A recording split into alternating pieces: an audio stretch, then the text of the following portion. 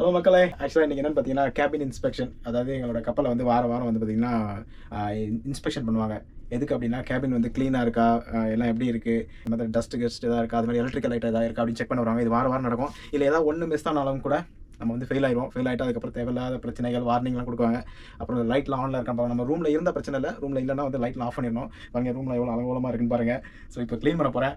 கப்பல் பொறுத்தவரையில் ஒவ்வொரு கப்பல் கம்பெனிக்கும் வித்தியாசமான ரூல்ஸ் இருக்கும். இப்போ நான் இருக்கிற கம்பெனியில் பார்த்தீங்கன்னா கேபினை வந்து நானே தான் க்ளீன் பண்ணணும். மற்ற ஒரு சில கம்பெனியில் பார்த்தீங்கன்னா கேபினை க்ளீன் பண்ணுறதுக்கு ரெகுலராக ஹவுஸ் கீப்பிங் வருவாங்க. மெயினாக அந்த கேபின் இன்ஸ்பெக்ஷனில் என்ன பார்ப்பாங்க அப்படின்னா பெட்டெல்லாம் நீட்டாக இருக்கா, ரெண்டாவது லைட்லாம் ஆஃப் பண்ணியிருக்கா, அதே மாதிரி சுவிட்ச் ஏதாவது சார்ஜர் போட்டிருந்தோம்னா அந்த ப்ளக்கெல்லாம் எல்லாத்தையும் அன்ப்ளக் பண்ணிடணும். அதுக்கப்புறம் ஃப்ரிட்ஜில் வந்து மில்க் ஐட்டமும் ஃப்ரூட்ஸ் இருக்கக்கூடாது. அதுக்கப்புறம் தரையை ஃபுல்லாக பெருக்கி மாப் அடித்து ஃபுல்லாக தொடச்சி எடுத்துகிட்டு டாய்லெட்டையும் க்ளீன் பண்ணணும். வாரத்தில் ஒரு நாள் இந்த மாதிரி வந்து செக் பண்ணுறதுனால தான் நாங்கள் வந்து கேபின் வந்து டீப் க்ளீன் பண்ணிடுவோம். ஓகே மக்களே, இந்த வீடியோ பிடிச்சிருந்தா மறக்காமல் லைக் பண்ணுங்கள், கமெண்ட் பண்ணுங்கள், ஷேர் பண்ணுங்கள்.